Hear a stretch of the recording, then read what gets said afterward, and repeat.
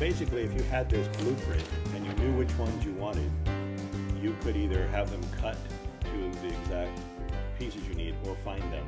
Yeah, this PVC stuff comes in various lengths. I buy like the 8-foot length, long, and then just cut it in half and store it in the garage until I'm ready to use it. And then when I get smaller pieces, I add them to my bag. Is that called a PVC cutter? This is a PVC cutter, and I'll show you how it works. So I'll take a piece. So whenever I cut, if I have little extra pieces, I put them in here because this may end up being the exact size piece I need. So I always keep my extra pieces. But it's real easy. You just open it up like this, and you put a mark.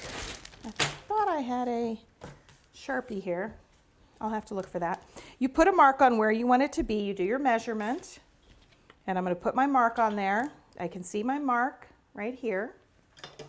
I'm going to put it in here, and I can kind of click it down like this, click, click, until the blade is on the mark. Thank you. Until the blade is on the mark, right? And as soon as the blade's on the mark, and this is not hard, you just go,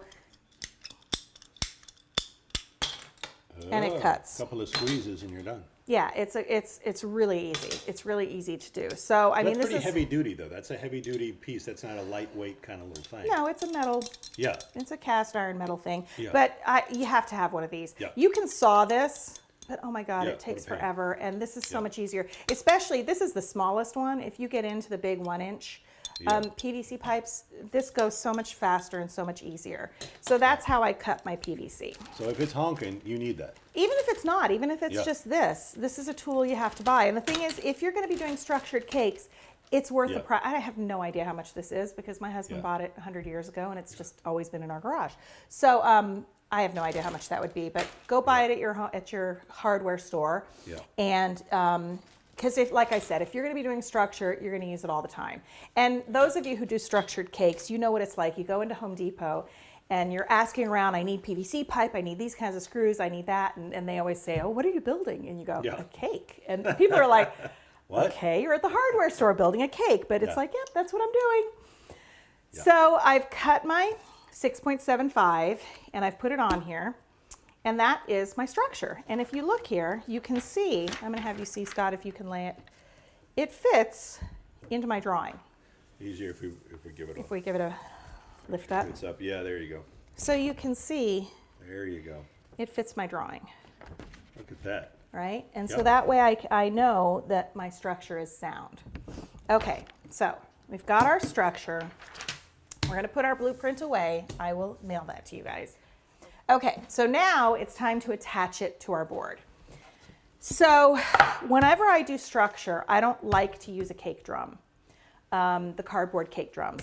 I just feel like I don't trust them. I want wood, and you can use any kind of wood. You can use press board that you've cut. I don't know, for some reason I like these. You can get these at craft stores, and they're already cut to the oval, and they've got a nice little rim, and but you can cut your own board and put a ribbon around the edges and, paint it. That's food safe? This is not food safe, but the cake is lifted up. Oh. Off of the... So you're not going to actually eat the board? No, you're not going to eat the board. It also comes wrapped in plastic, I believe. It comes wrapped in plastic. It's not food safe, but the thing is, even if I were to put a cake on here, even if I wanted to, because I do buy these boards and actually put cakes on them, the cake is on a board, and I usually put fondant on top of this and then put the cake on, so it never actually touches the board. Gotcha. So I'm not worried about that. This technically, the inside is food safe. This is what your water runs through. A lot of times houses have PVC pipe for their water. So it is food safe, but we're going to cover it just because it's got ink and stuff on it. Yeah. You can, if you want to, take sandpaper and sand all this off. But I don't bother to do that because I'm going to cover this so that the cake never actually touches this. Excellent.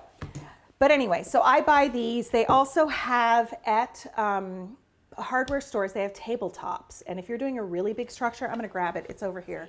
This is a really nice big board. And I have done pretty big structures on this.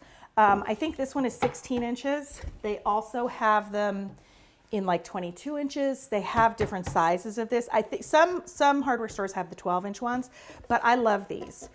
They're not expensive. and I know this is not going anywhere. It's heavy, yeah. it's structured, I can drill whatever structure I've built into this and I'm solid. So I prefer the wood. I would never do a structured cake on a drum, a cardboard drum, just because there's Yeah. not the support that you need.